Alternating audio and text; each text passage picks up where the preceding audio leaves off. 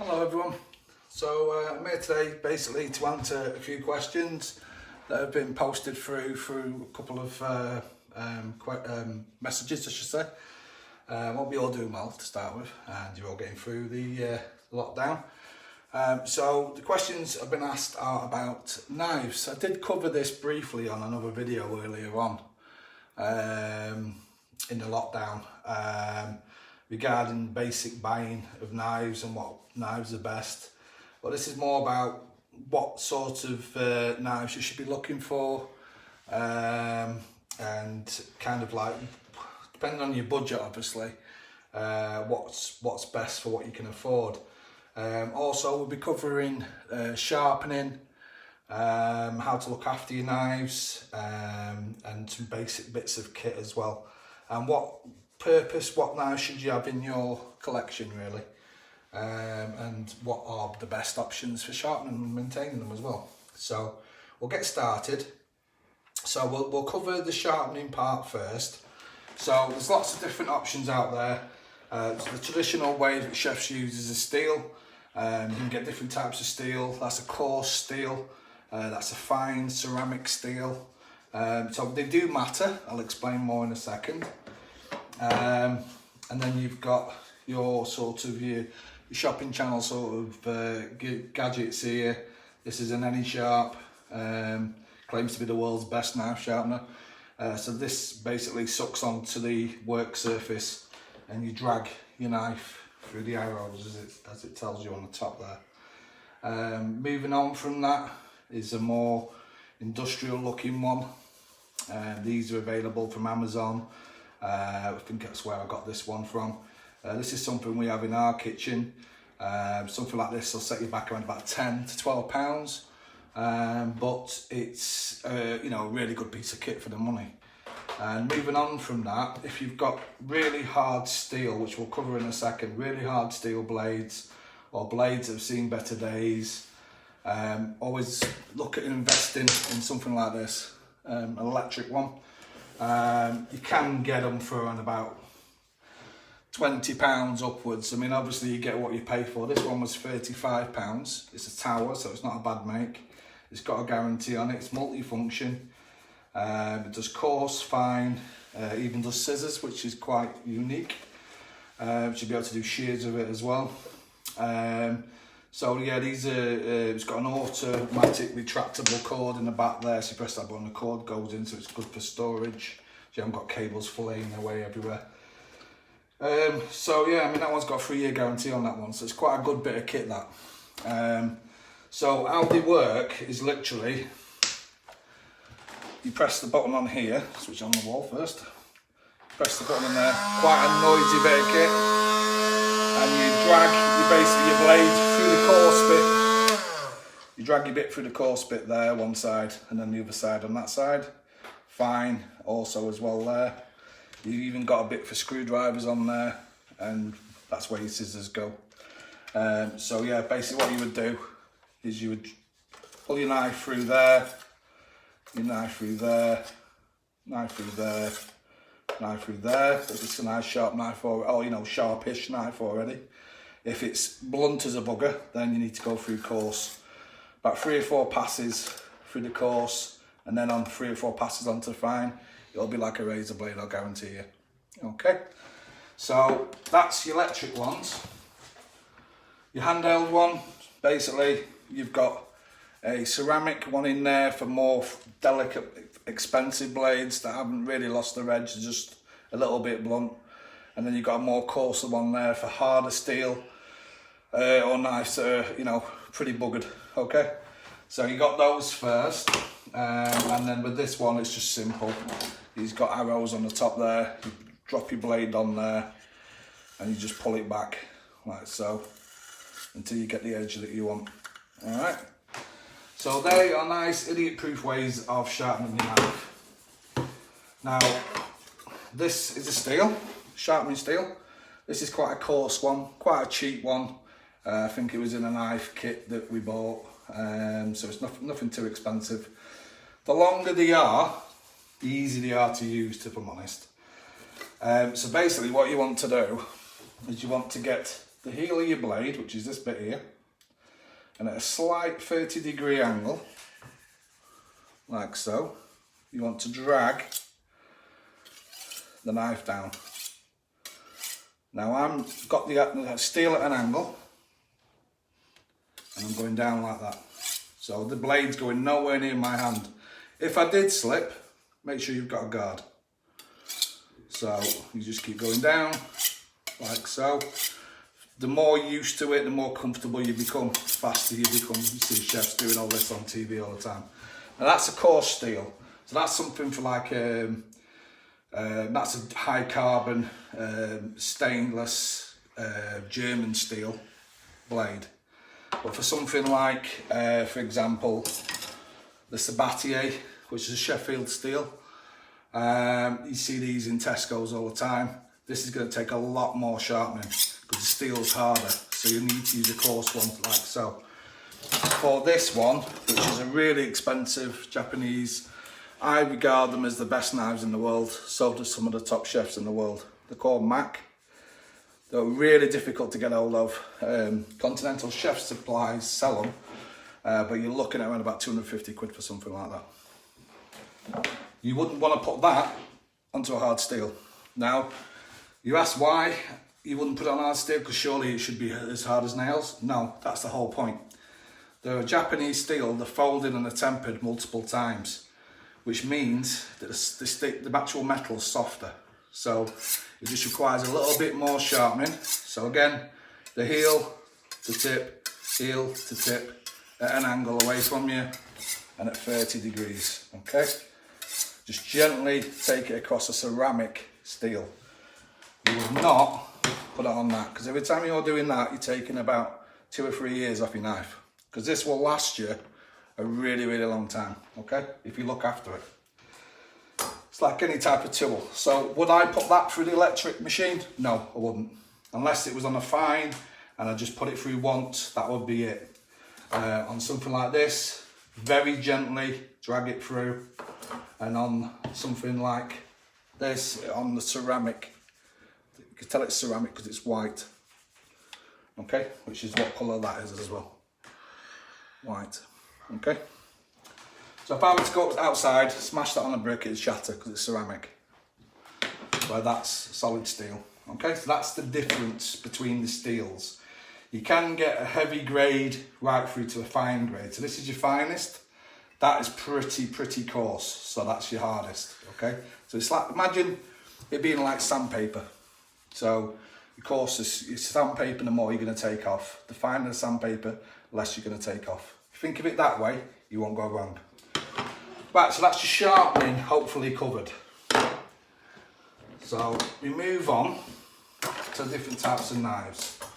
So you don't need a massive selection of knives. You see these knife kits and you see all this, I mean, your knife kit is as pretentious as the chef that's normally using it. So I've only got a select set of knives that I swear by, that I use on a day-to-day basis. So in work, I would have my Mac knife. That's perfectly balanced. It's perfect weight distribution, and I can use that for pretty much any job. It's got no flexible asset to it whatsoever. So I have to have something and then that I need to be flexible. I'll explain to you why in a minute. But basically, for day-to-day chopping, I've got the action where I can do that. I've got the action where I can do that. I've got these little dimples in the blade, and that stops things like cucumbers, tomatoes and stuff like that sticking to it. So yeah, I mean, it's a pretty good all-round knife.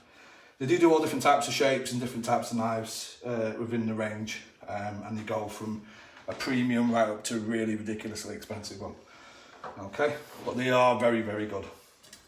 Next down the run for me are things like Global, which you see a lot of knives on chefs on TV using them. They've got the blade, which is also the handle, and they've got the little black dimples in them. You see like Ramsey and people like Jamie Oliver and people like them using them. Probably find it, probably endorsed by them. They probably get paid a lot of money for using them. So, well, that's just my opinion. So they're next down the run. Along with them are a company called Frederick Dick. So you heard me right, it's D-I-C-K. He's German. And again, he's a high carbon, no stain, made in Germany knives. So again, in this range, that is the difference. So that is a £19 knife, brilliant knife, all good all rounder. My guys at work use these at training and stuff like that, so they're a good all rounding knife. Pro Dynamic, they're also high carbon, also German steel. But as you can see, that one's black, so that's a different type of carbon. Okay, so this is a limited edition ivory handled. It's from the World Association of Chef de Cuisine, so it's quite a rare blade. You can get them, but what you're looking for when you're buying them, as with these, is the blade going all the way through the handle. So you want the rivets going through them, and then you want the blade is one piece going all the way through. That's what you're looking for. You can tell this one's a cheaper knife because that doesn't do that. Okay, so that's the difference between that knife and that knife, really, and the composite of that knife as well. Sorry, couldn't get my words out. So yeah, so that one will last longer, easy to keep, easy to sharpen, and it'll stay like a razor for a lot longer. That one will take a little bit more work on the steel, will last you a long time if you look after it. In a domestic kitchen, which is what these videos are for, that should last you a lifetime. There is no reason why it shouldn't. It's actually got the little recess in there for that part of your hand when you're chopping like that. It's well thought out, it's well balanced, and that's what you're looking for in a knife. It's a well balanced knife. Okay? That's what I mean by balance. It means a lot when it comes to chopping stuff on a regular basis. In the same sort of feel of chopping knife, you've got your Sabatier. You know, you can find these in Tesco's, you can find them online. They're very, very cheap, something like £30 for a full set. They do the job at the end of the day. I'm not going to lie to you, they do a job, but it's not something that you would find in a professional kitchen, if I'm honest. They're very sharp when you get them out of the box, as with all knives, but they lose their edge very quickly. All right. So to get the edge back on that, what I would do is use that there, and I will drag it through, and you will hear the blade and see the little metal filings coming off. So you make sure you've got no food around when you're doing this as well, by the way. And you just keep taking it through, dragging it through. You don't want a metal on metal noise, you're buggered. Just keep taking it through until you've got the edge that you want. See how I was doing it in one motion? You don't want to go back on it. You want to just do it all in one motion, okay? And then you can finish it off on the fine. So that first one will take it to around about a 35-degree angle. The fine one takes it to about a 30-degree angle, which means you get a nice finish on the edge of the blade. Now that now is nice and sharp, and that's a cheap bit of kit. Alright, so that will probably last in an industrial kitchen about 5 to 10 minutes before it's back to where it were before, because of the amount of duty it's given. In a domestic kitchen, I'd probably say it'd last you a week before you need to do that again. Just remember though guys, every time you're putting it through one of the machines, you're losing life on the blade, because obviously you're taking metal off, you're not putting it back on. Alright, so just remember that. Alright. So I'll just get rid of them metal shavings. So, for me, in my set, in my repertoire as it were, I have that, so that's a heavier blade, good for chopping through big root vegetables like carrots and potatoes and stuff like that. That's a bit more elegant, a bit more finesse. Still does the same job, but like I say, a lot more expensive, so you wouldn't want to be chopping you know, stuff up pretty heavy with that. And then all good chefs are also good at butchery. We're not butchers, but we're good at butchery. We're taught at college and stuff like that. We're not master butchers by any means, but we know our way around, you know, cattle and stuff. So it always has a good boning knife. So you could go ahead and buy a boning knife version of that at £200–300. That's 20 quid. So that's another Frederick Dick knife, available online, Nisbets, places like that. Just Google F-Dick. You'd be surprised what comes up actually. Probably better off not Googling that one, aren't you? F-Dick knives, I would put in, and see what comes up. So the Pro Dynamic range is a cheaper range like that one. They're coming in about 20 quid, okay? So you want a nice rigid blade, you don't want a flexible blade. So I'll show you the reason why you don't want a flexible blade in a minute. So that's you want a nice rigid blade, you want the tip, you want all of it to be sharp really, but from that area to that area is where most of the work gets done. So the way you would use that would be like that, in your hand like a dagger, and you would go across the bone, across the rib cage, into joints, going around a knuckle area of leg of lamb or leg of pork or something like that. You want to be able to get in there and stab and slash and cut through sinew and stuff like that. So very, very, very sharp knife. Normally worn with a chainmail glove in case you slip.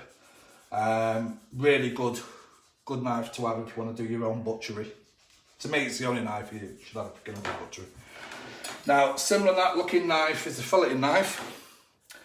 And as I mentioned before, the knives are normally as pretentious as the chefs that are using them. So I know I've got a couple of expensive ones there. But on the other end of the scale, I've had this for years. It's from IKEA. It costs something like 7 quid. And it's the best filleting knife. Now, anyone who knows me knows I know my way around a fish. I specialise in fish. It's what I've won awards for and what have you. So yeah, I mean, this is an invaluable piece of kit for me. Now, why is that any different to that one? Well, I'm going to show you now. The boning knife, nice and rigid. Your filleting knife, you want to bend. Bend as far as it can, okay? You roughly want to be able to bend it about that angle. Why? And it go back, obviously. So, why? Because you want to be able to push down across the top of a bone of a fish, like so, and fill it like that. So you want to be able to get into the cage, into the rib cage, and be flexible when you filleting a fish. So, you know, you need something that's got that bend on it. Again, also very, very sharp. You're using a lot of that area there again, about 2/3 of the blade. Very rare. You won't be doing this sort of motion. You're doing a lot of that kind of motion, okay? And the same with the filleting knife, a lot of that kind of motion, okay? The boning knife. Another good knife to have in your kit would be a paring knife. So a small little paring knife. This is a ridiculously cheap part of a set. We just bought for kicking around the house for that Sienna to use and stuff like that. So yeah, my decent ones are at work. But you want a nice little knife. Again, keep it sharp using your stones or your sharpeners or your steels. And that would be good for preparing fruit, peeling, stuff like that. So yeah, if you want a nice turned texture when you're peeling or a bit of help when you're peeling, invest in something like that. That's called a bird's nose, bird's beak. Yeah, blade. So obviously it's shaped like a bird's beak. So that's good for when you're doing that kind of thing, when you're peeling an apple, peeling a potato. Yeah, again, keep it nice and sharp. Okay, so that's those. Something like those. Definitely something like that would be a set for me, okay? And then if you're doing a lot of fresh bread, you need a good bread knife. So again, the bread knife's serrated, got a nice serrated edge on it. Shouldn't need sharpening at all really. You're cutting bread. If you were to cut bread with that, you would take the edge off it. And again, like I say, you keep taking the edge off knives, you have to keep resharpening, and the more you resharpening, the less life you're going to get out of the knife. When you're spending that kind of money on a knife, you don't want to be doing that, okay? So a cheap as chips bread knife, serrated edge on it. You can sharpen them, but they are a pain in the butt because you have to do every single last little oyster of the blade going along. So if you have to sharpen it, take it to a specialist and they'll sharpen it for you. Don't charge you much, a few pence. So next, again, very cheap, make Hydroplas. So this I use for carving meats. So I would carve my ham, beef, me lamb, whatever. Good carving knife. You can save your money and just use something like this. But if you want it nice and wafer thin, invested something like about £9 for something like that. Okay. And then you've got your shopping channel revolutionary blades that, you know, claim to be the next big thing and all the rest of it. So this was one that my partner bought off a shopping channel. Miracle blade. So yeah, I reckon it's world class, and it's called a Rocking Chef. Now, I ain't gonna lie to you, I don't have these in my up here normally. Those then they're normally at work. Okay, I will normally just reach into the drawer because of my knife skills. Reach into the drawer and just grab the first knife that comes out. Sometimes 9 times out of 10 it will be this one, and it's good to a degree. You can keep an edge on it nice, yeah. And it's got nice weight. You can grab it with that part of your hand there and that there, and you can rock and chop your way through lots of herbs and onions and stuff like that. So for that respect, it is good, to be fair, not gonna lie. Got a bit of a pointed edge on it as well, which is what you need obviously for getting into stuff. But it's based upon sort of like the Japanese style knives. But yeah, I mean, it has kept well, I ain't gonna lie. I mean, for what she paid for it, it's kept quite well. We've had it a few years, so. And then palette knives.